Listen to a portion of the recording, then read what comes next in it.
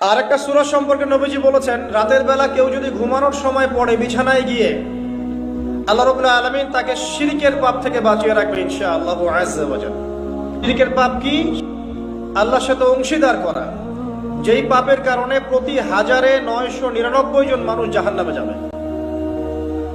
এটা কোন সূরা আগে বলে নেই, এই সূরার নাম হচ্ছে সূরাতুল কাফিরুন।